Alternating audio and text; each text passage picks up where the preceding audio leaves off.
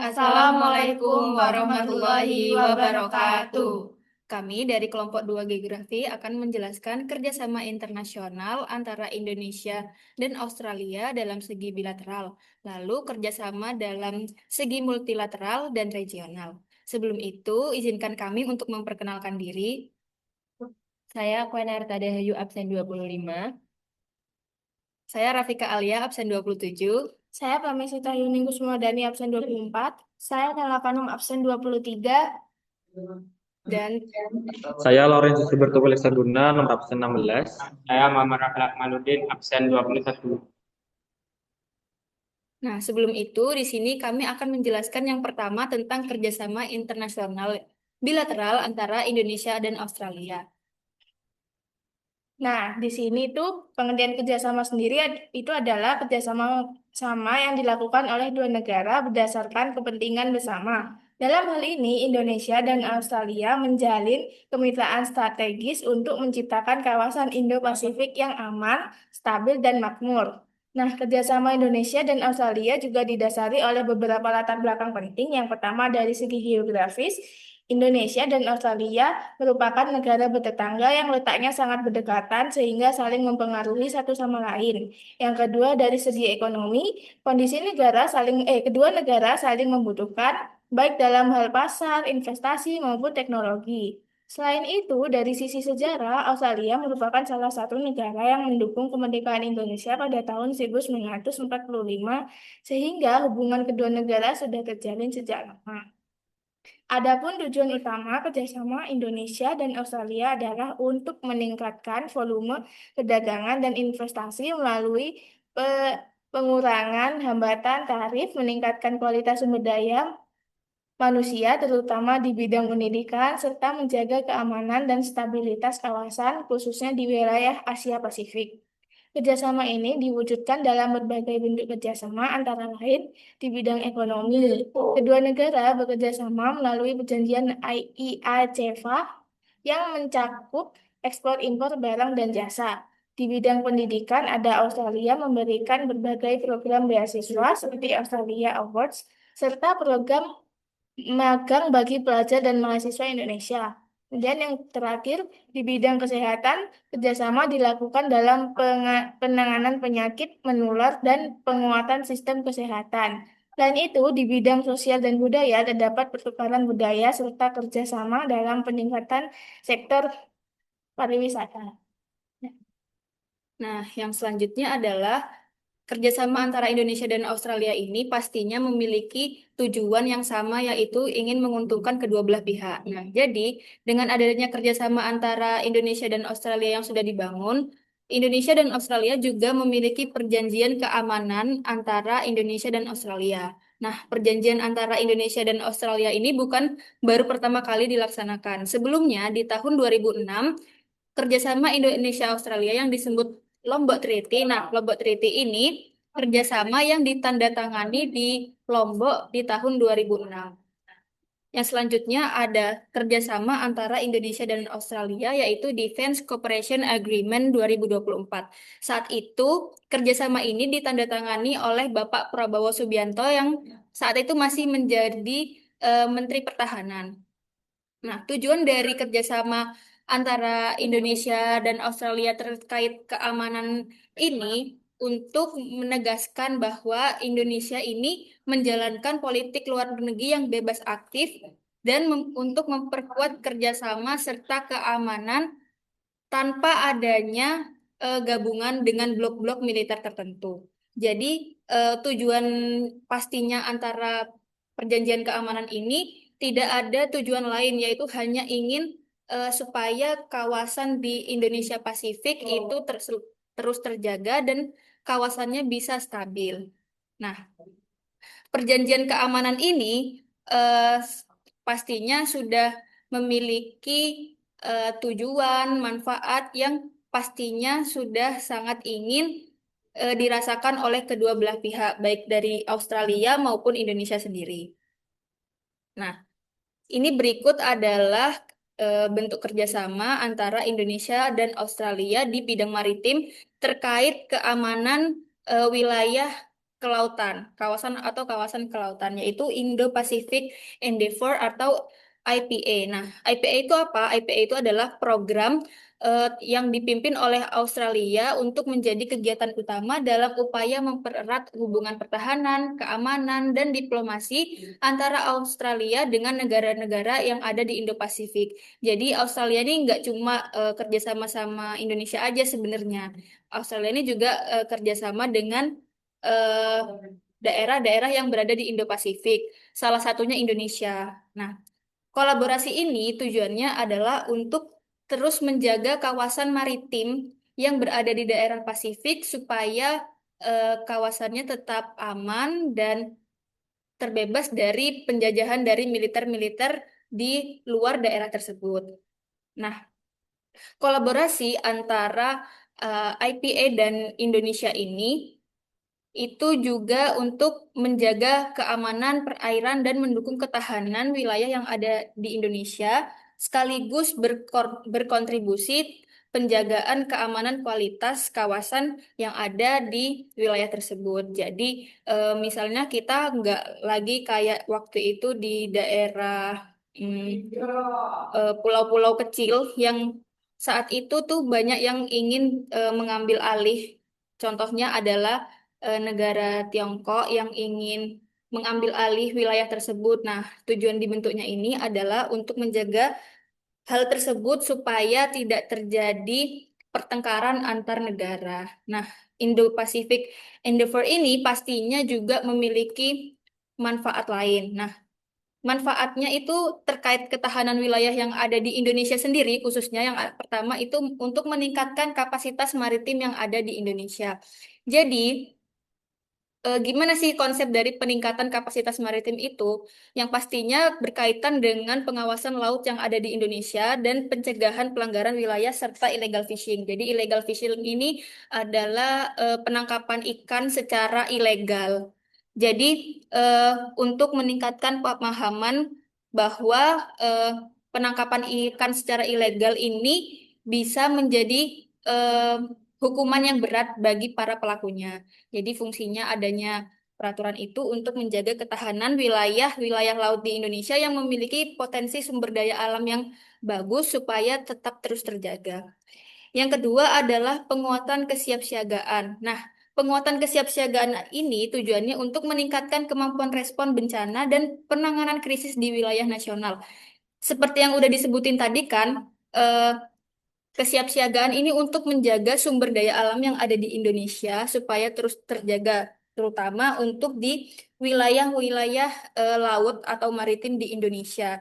Jadi dengan adanya ketahanan wilayah ini, Indonesia ini siap untuk menghadapi adanya bencana-bencana atau krisis pangan. Misal saat itu di kejadian COVID-19 itu kan kita pastinya mengalami krisis di seluruh sektor kan. Nah, dengan adanya ini kita tuh bisa siap untuk menghadapi masalah-masalah yang ada di depan terkait eh, krisis pangan ataupun krisis wilayah nasional. Jadi, kita bisa siap untuk terus menjaga sumber daya alam yang ada di Indonesia.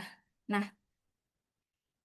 yang terakhir adalah hubungan regional. Jadi hubungan regional ini untuk menjaga eh, hubungan baik atau kolaborasi keamanan kawasan untuk menjaga stabilitas wilayah Indonesia. Jadi Indonesia ini nggak cuma menjalin kerjasama hanya untuk sekedar mencari untung, misal antar kegiatan ekspor impor. Nah, dengan adanya hubungan regional dengan negara tetangga seperti Australia ini untuk terus menjaga keamanan kedua wilayah.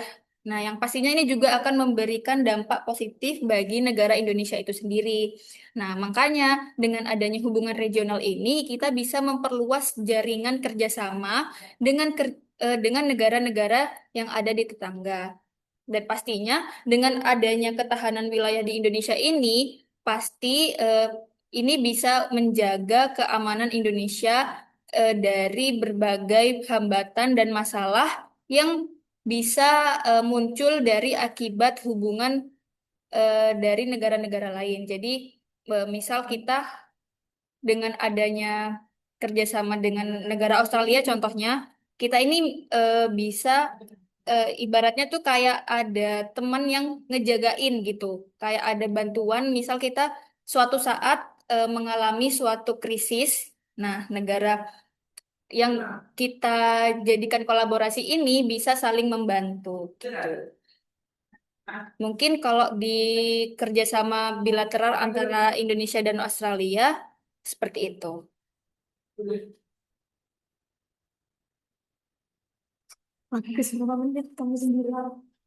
Selanjutnya, saya akan menjelaskan kerjasama multilateral yang dilakukan oleh Indonesia. Salah satunya ini adalah IMF atau International Monetary Fund.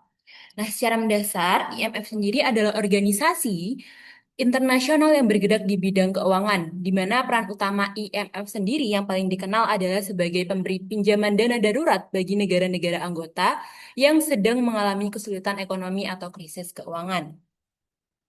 Kemudian untuk menjaga stabilitas keuangan dunia, IMF ini memiliki fungsi utama, yaitu yang pertama sebagai saran kebijakan, di mana dia akan memberikan rekomendasi kepada pemerintah negara anggota agar ekonomi mereka tetap sehat. Kemudian yang kedua sebagai bantuan keuangan, dia memberikan pinjaman untuk membantu negara menstabilkan mata uang dan membayar tagihan internasionalnya. Kemudian yang ketiga sebagai pengembangan kapasitas, di mana IMF ini sendiri memberikan pelatihan teknis agar negara tersebut bisa mengelola ekonominya secara mandiri dengan lebih baik. Kemudian IMF ini memiliki 3 misi penting. Yang pertama yaitu mendorong kerjasama moneter secara internasional. Yang kedua, memperluas perdagangan dan pertumbuhan ekonomi. Serta yang ketiga, mencegah kebijakan ekonomi yang merugikan kemakmuran masyarakat luas. Kemudian di slide 2 ini kita akan belajar struktur dan asal-usul organisasi ini. Nah, saat ini sendiri IMF ini terdiri dari 191 negara anggota, di mana menariknya IMF ini dikelola oleh kolektif oleh anggotanya sendiri. Operasionalnya sehari-hari dipimpin oleh Dewan Eksekutif yang berisi 24 direktur, di mana setiap direktur mewakili satu negara besar atau sekelompok negara. Nah, kemudian yang menjadi pertanyaan saat ini adalah dari mana sumber IMF ini? Oke, jadi sumber IMF ini sebagian besar adalah dari setiap anggota yang menyetor uang yang besarnya ditentukan berdasarkan ukuran ekonomi negara tersebut. Semakin besar ekonomi negara, maka semakin besar kuotanya. Kemudian, selain itu, IMF juga memiliki kesepakatan pinjaman multilateral dan bilateral dengan negara-negara tertentu. Terakhir, IMF ini tidak muncul begitu saja. Ia lahir dari konferensi Bretton Woods tahun 1944, di mana saat itu 44 negara berkumpul untuk merancang sistem ekonomi baru setelah Perang Dunia II. Tujuannya adalah untuk memastikan agar depresi besar tahun 1930 tidak terulang kembali yang dulu diperburuk dengan kebijakan proteksionis dan devaluasi mata uang yang tidak terkontrol.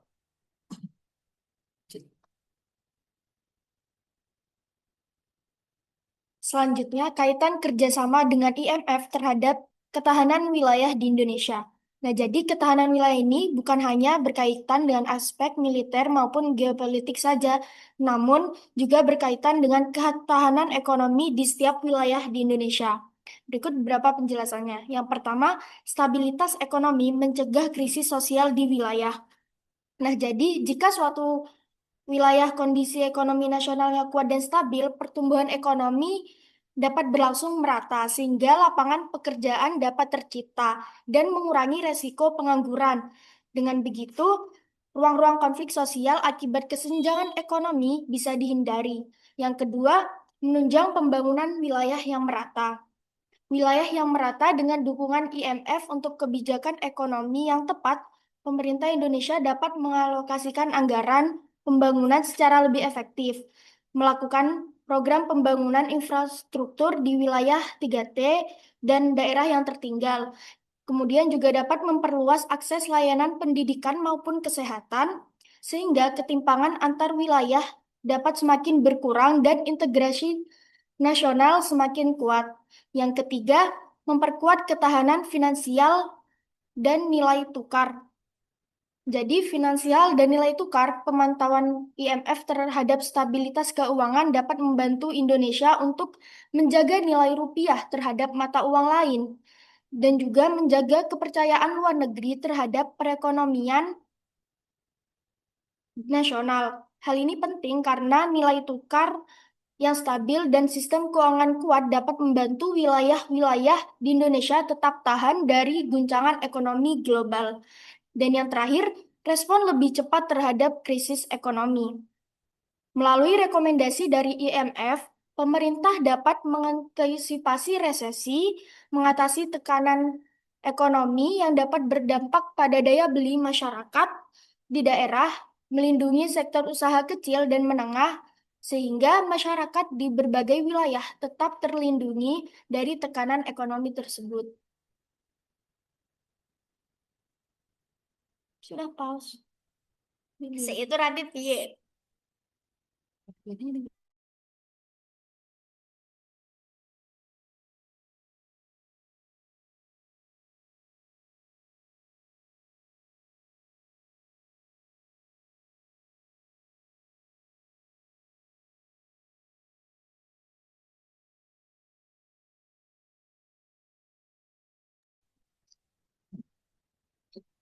Oke, untuk selanjutnya yaitu kerjasama internasional regional CICA. Pengertiannya, kepanjangan dari CICA itu sendiri yaitu Conference on Interaction and Confidence Building Neuroscience in Asia, adalah forum kerjasama regional di kawasan Asia yang bertujuan untuk membangun rasa saling percaya atau confidence building antar negara guna menciptakan perdamaian, stabilitas, dan keamanan kawasan Asia.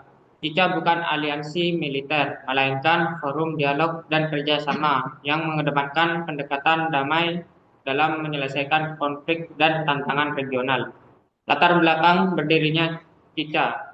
CICA pertama kali diusulkan oleh Kazakhstan pada tahun 1992, pasca Perang Dingin. Saat itu Asia menghadapi berbagai masalah serius seperti konflik antar negara, ketegangan politik dan ideologi, serta terorisme dan ekstremisme. Karena Asia belum memiliki forum keamanan menyeluruh seperti Eropa, maka CICA dibentuk sebagai wadah dialog regional untuk mencegah konflik terbuka. Terus yang selanjutnya, tujuan utama CICA. CICA memiliki beberapa tujuan utama, yaitu membangun kepercayaan antar negara Asia, mencegah konflik dan menjaga perdamaian kawasan, mendorong regional, mengurangi ancaman keamanan non-tradisional, dan yang terakhir yaitu meningkatkan stabilitas dan kesejahteraan Asia. Prinsip dasar CICA. CICA berlandaskan prinsip-prinsip penting dalam hubungan internasional, yaitu menghormati kedaulatan dan keutuhan wilayah negara, dan intervensi terhadap dalam negeri lain, dan penyelesaian sengketa secara damai dan dialog. Prinsip ini membuat CICA diterima oleh banyak negara di Asia dengan latar belakang politik dan budaya yang berbeda-beda. Slide selanjutnya. Untuk slide selanjutnya yaitu bidang-bidang kerjasama CICA. Yang pertama yaitu keamanan dan perdamaian, mencegah konflik bersenjata, penanggulan terorisme, pengendalian senjata. Yang B yaitu keamanan non-tradisional, kejahatan lintas negara, perdagangan manusia, keamanan cyber. Terus yang C yaitu ekonomi, energi dan lingkungan kerjasama, perdagangan, ketahanan energi, penanggulangan perubahan iklim.